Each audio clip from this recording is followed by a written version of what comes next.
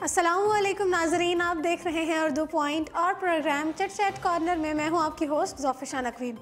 Programme में सबसे पहले शामिल करते हैं पाकिस्तानी शोबिज़ इंडस्ट्री और उसके सितारों के हवाले से खबरें। पाकिस्तान की नामवर अदाकारा रीमा खान ने पहली बार अपनी शादी से मुताल्लिक़ खामोशी तोड़ते हुए अपनी ज़िंदगी से जुड़े कई राजों से पर्दा उठाया है। पाकिस्तान फिल्म इंडस्ट्री की खूबरू और नामवर अदाकारा रीमा खान ने अपने माजी और अपनी ज़िंदगी में आने वाले मुश्किलात के हवाले से पहली बार खुलकर बात की है। निजी टीवी चैनल के एक प्रोग्राम में अपने माजी के बारे में रीमा ने बताते हुए कहा कि वालिद की मुलाजमत छूट जाने के बाद उन लोगों ने बहुत मुश्किल वक्त देखा और ऐसा भी हुआ कि उन्हें कई बार भूखे पेट सोना पड़ा। रीमा ने कहा कि अपने घर के हालात को देखते हुए मैंने अपने वालिद का हाथ बटाने के लिए शोबिज़ इंडस्ट्री ज्वाइन की और खुदा ने मुझे यहाँ बहुत कामयाबियाँ अता की। उनका कहना था कि वो 3 बहनें और 1 भाई हैं और वो सबसे बड़ी हैं। घर के हालात की वजह से वो अपनी तालीम मुकम्मल नहीं कर सकी, तहम उन्होंने अपनी बहनों को आला तालीम दिलाई। अपनी शादी से मुतालिक रीमा ने मीडिया में गर्दिश करने वाली अफवाहों को गलत साबित करते हुए कहा कि जब मेरी शादी हुई तो उस वक्त मेरी चंद साथी अदाकाराओं ने यह अफवाह फैलाई थी कि मेरे शौहर डॉक्टर तारिक ना सिर्फ पहले से शादीशुदा हैं बल्कि एक बच्चे के बाप भी हैं। ताहम उनका कहना था कि ऐसा कुछ नहीं है। उनका कहना था कि तारिक भी मेरी तरह अपने घर के बड़े बेटे थे। यही वजह है कि घर की जिम्मेदारियों की वजह से उनकी शादी देर से हुई, लेकिन मैं अब अपनी शादीशुदा ज़िंदगी में बहुत खुश हूँ और हमारा एक 4 साल का बेटा अजलान है, जिसके बाद हमारी दुनिया मुकम्मल हो गई है। रीमा ने मज़ीद कहा कि बचपन से उन्हें पढ़ाई का और लिखाई का बहुत शौक़ था, लेकिन घर की जिम्मेदारियों की वजह से वो पढ़ाई मुकम्मल नहीं कर सकी थी। लेकिन वो अपने बेटे को स्कूल भेजकर वो ख़ुद कॉलेज जाती हैं और मास्टर्स कर रही हैं। ताहम रीमा ने ये नहीं बताया कि वो किस शोबे में मास्टर्स की डिग्री हासिल कर रही हैं। पाकिस्तान के मारूफ गुलकार आतिफ असलम आज यानी कि मंगल के दिन अपनी 36वीं सालगिरह मना रहे हैं। आतिफ असलम 12 मार्च 1983 को वज़ीराबाद में पैदा हुए। उन्होंने अपने फ़नी करियर का आगाज़ 2004 में किया और फिर पीछे मुड़कर ना देखा। मौसीकी से मोहब्बत ऐसी बढ़ी कि उनकी आदत बन गई। आतिफ असलम का एल्बम जल परी सुपरहिट रहा और बॉलीवुड में भी आतिफ असलम पहली नज़र में जादू कर गए थे और वो बेहतरीन प्लेबैक गुलकार बने। आतिफ असलम की आवाज़ बॉलीवुड फिल्मों के लिए कामयाबी की ज़मानत बन गई और गुलकारी के साथ साथ आतिफ असलम ने अदाकारी भी की। नाज़रीन, अदाकारा निदा यासिर ने अपनी बेटी को शोबिज़ में आने से मना कर दिया है। निदा चाहती हैं कि उनकी बेटी सिला पहले तालीम मुकम्मल करे और बाद अज़ां अपनी मर्ज़ी से जिस पेशे का चाहे इंतखाब करे। निदा यासिर और यासिर नवाज़ की बेटी सिला यासिर को दौरान तालीम ही अदाकारी और मॉडलिंग की पेशकश मौसूल होती रही हैं, लेकिन वालिदैन की ख्वाहिश है कि उनकी बेटी पहले तालीम मुकम्मल करे और इसके बाद अपनी मर्ज़ी से पेशे का इंतखाब करे। बताया गया है कि हाल ही में निदा यासिर से एक प्रोड्यूसर ने सिला को अपने ड्रामे में कास्ट करने की ख्वाहिश का इजहार किया था, लेकिन उन्होंने वाज़ेह इनकार कर दिया और कहा कि इसकी तवज्जो तालीम पर मरकूज़ है, इसलिए काम की इजाज़त नहीं दी जा सकती। नाज़रीन, कराची का पसमानदा इलाका लियारी टैलेंट से भरा पड़ा है, जिसका मुजाहरा 8 मार्च को देखने में आया, जहां औरत मार्च के दौरान लियारी से ताल्लुक़ रखने वाले नौजवान गुलकारा एवा बी ने अपने रैप म्यूज़िक से सबको मतवज्जा करने में कामयाब रही। रैप म्यूज़िक के हवाले से एक मुनफरिद मफरूज़ा कायम है कि सिर्फ लड़के ही रैप म्यूज़िक कर सकते हैं। ताहम नौजवान गुलकारा एवा बी ने इस सोच को बदलने में बहुत अहम किरदार अदा किया है।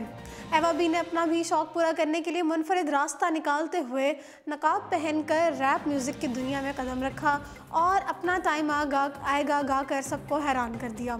BBC उर्दू के मुताबिक नौजवान गुलकारा एवा बी के रिश्तेदार लड़कियों के म्यूज़िक की दुनिया में आने के मुखालिफ हैं, लिहाजा उन्होंने अपनी शनाख्त छुपाने के लिए एवा बी के नाम से गाना रिकॉर्ड कराया और नकाब पहनकर परफॉर्म करती हैं।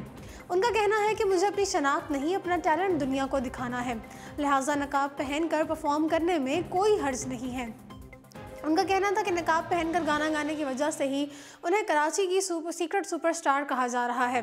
एवा बी ने हाल ही में रिलीज़ हुआ गाना अपना टाइम आएगा भारतीय अदाकार रणवीर सिंह की फिल्म गली बॉय के गाने अपना टाइम आएगा से मुतासिर होकर लिखा था और रिलीज़ होने के बाद इस गाने को शायकीन की जानिब से बेहद पजीराई हासिल हो रही है और यूट्यूब पर भी इस गाने को बेहद पसंद किया जा रहा है।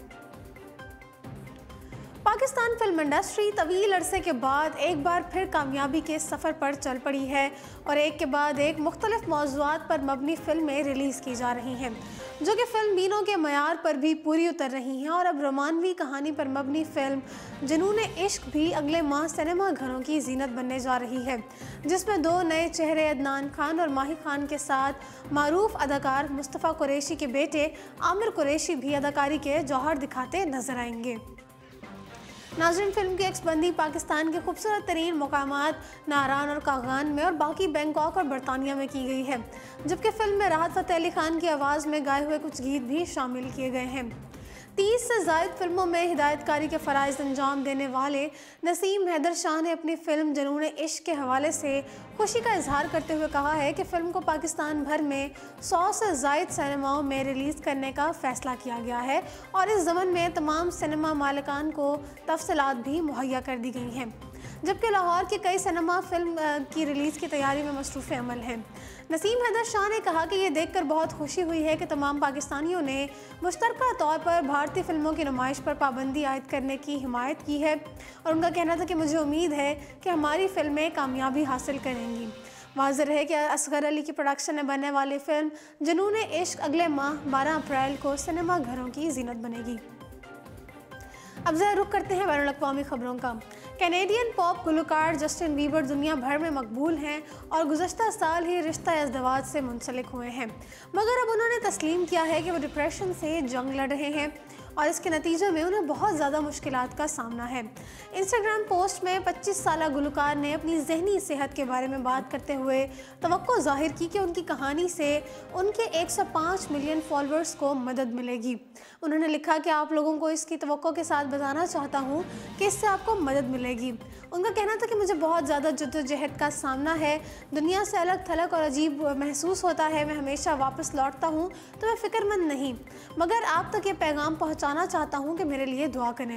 उनका कहना था कि खुदा से ताल्लुक़ और आपकी दुआएं वाकई काम करती हैं, शुक्रिया। नाज़रीन, इस पोस्ट पर मदाहों ने गुलकार की दयानतदारी को सराहा और सपोर्ट की पेशकश की। अमेरिका के पॉप गुलकार माइकल जैक्सन ने आलमी सतह पर ऐसी शोहरत पाई कि जो कि कम ही लोगों के हिस्से में आती है। उनकी मौत के बाद भी उनके मद्दाहों की तादाद करोड़ों में है, लेकिन अब एक डॉक्यूमेंट्री में उनकी कम उम्र लड़कों के साथ बदफेलियों और एक लड़के के साथ शर्मनाक शादी की ऐसी तफसीलात सामने आई हैं कि हर सुनने वाला दम बखुद रह जाए। द मिरर के मुताबिक 4 घंटे दौरानिए की इस डॉक्यूमेंट्री का नाम लिविंग है, जिसके प्रीमियर अमेरिका की रियासत ओटा के पार्क सिटी में होने वाले सन डांस फिल्म फेस्टिवल में किया गया और ये डॉक्यूमेंट्री HBO और चैनल 4 की मुश्तरका प्रोडक्शन थी और दोनों चैनल्स पर बैक वक्त नशर भी की गई। इसमें ये शोर शराबा इंकशाफ किया गया कि माइकल जैक्सन ना सिर्फ हम जिन्स परस्त थे बल्कि बच्चों में जिनसी रग़बत रखते थे और उन्होंने मुतअद्दिद बच्चों को जिनसी ज़्यादती का निशाना भी बनाया। डॉक्यूमेंट्री में माइकल जैक्सन की ज़्यादती का शिकार होने वाले 2 मर्दों के इंटरव्यूज़ भी शामिल किए गए हैं। अनजहानी पॉप गुलकार पर बच्चों के साथ बदफेलियों के पे दर पे इल्ज़ामात आने पर BBC रेडियो ने उनके 2 गाने अपनी प्लेलिस्ट से हटा दिए हैं और उन्हें आइंदा ना नशर करने का ऐलान कर दिया है। तो जी नाज़रीन, फिलवक्त इतना ही। मज़ीद अपडेट्स के लिए देखते रहिए उर्दू पॉइंट।